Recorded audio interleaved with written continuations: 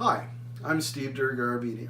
Recently, I wrote an article for Canadian Woodworking and Home Improvement magazine where I built a sawhorse from beginning to end. In the article, I talk about making wedges with a jig, and that's what we're going to cover today in this video. In order to do that, we're going to need some things. One is the stock from where the wedges come from.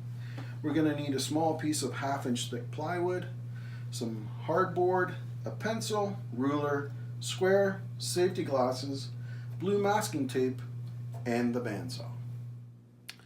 For this video, I'm going to make the wedges 1 inch long, 3/4 of an inch thick, and at its fattest point be about 3/16 of an inch.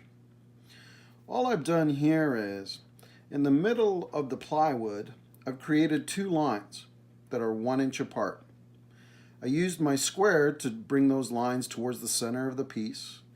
And now all I'm going to do is mark that 3/16 of an inch. And now join the tip of one line to that mark 3/16 in.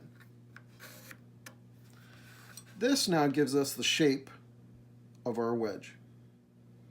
The next task is to cut that shape out, giving us a negative space of the wedge that we want.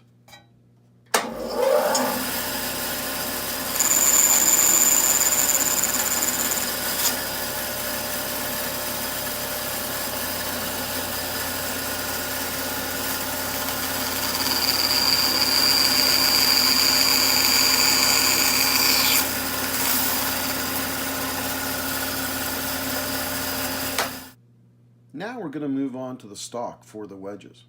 In this case, a piece of black walnut. One thing to take into account is we want our wedges to come from the long grain. We don't want to use short grain because they'll end up snapping as we try and drive them in.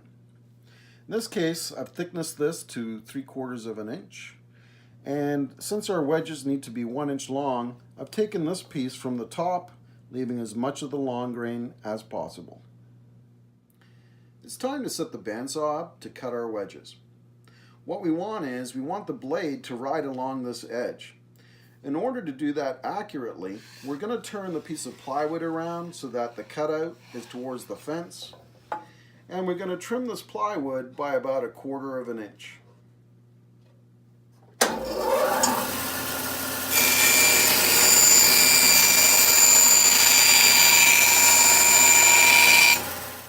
We don't want our wedges to drop through the throat plate and into the bandsaw, so we need to make a 0 clearance insert. Now that the fence is locked in position, we'll take our 1/8 inch thick hardboard, we'll cut it about halfway down and lock it in place with a piece of masking tape.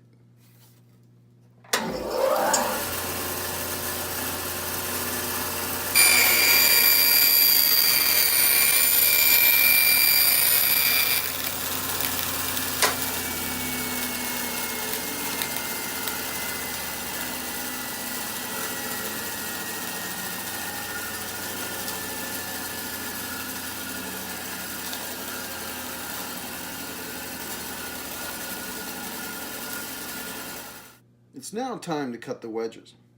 We're going to take our jig, place it against the fence, and you'll notice it's riding perfectly against the blade. We're going to take our stock, place it in the negative space, and run it through the blade.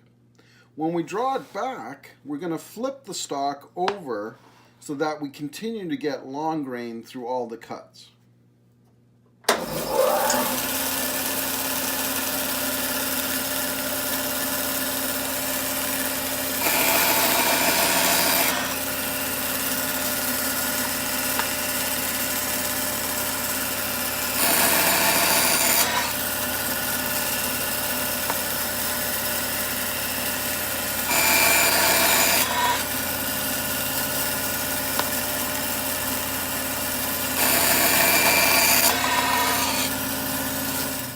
It's not going to take long before you have enough wedges for the job at hand. The jig is so simple that by modifying these dimensions, it's not going to take long for you to make wedges for whatever job that you need.